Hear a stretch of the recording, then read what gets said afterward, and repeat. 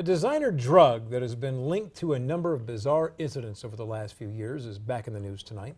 This after police in Florida say a 19-year-old college student may have been on the hallucinogen when he stabbed a couple and ate one of the victims' faces. 27 First News reporter Lindsay Watson looked into the popularity of these synthetic drugs like Flakka.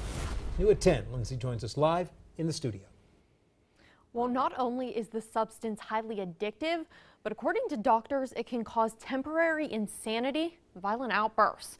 Locally, several agencies have been seizing designer drugs, often referred to as bath salts, for about 5 years now.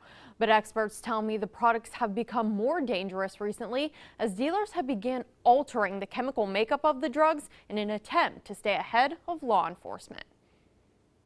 Cheap and highly addictive.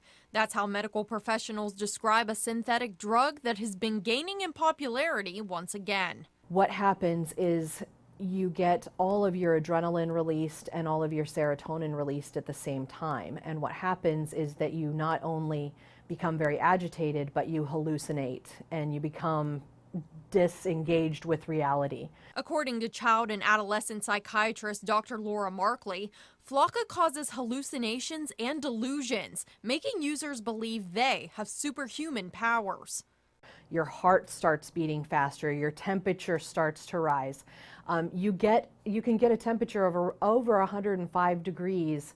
These synthetic drugs can also lead to a dangerous surge in body chemicals with potentially catastrophic results.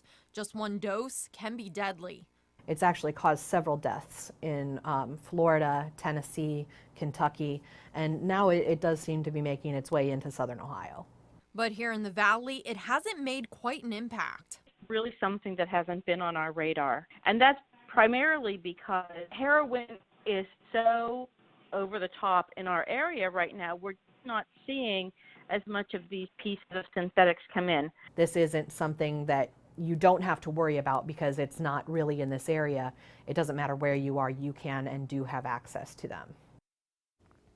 Well, a federal crackdown on things like K2, the synthetic marijuana seemed to help law enforcement get a handle on the trend a couple of years ago. That's why locally, several police departments I called today said the biggest trend they're seeing remains with the heroin epidemic. Reporting live in the studio tonight, Lindsay Watson, 27 First News at 10.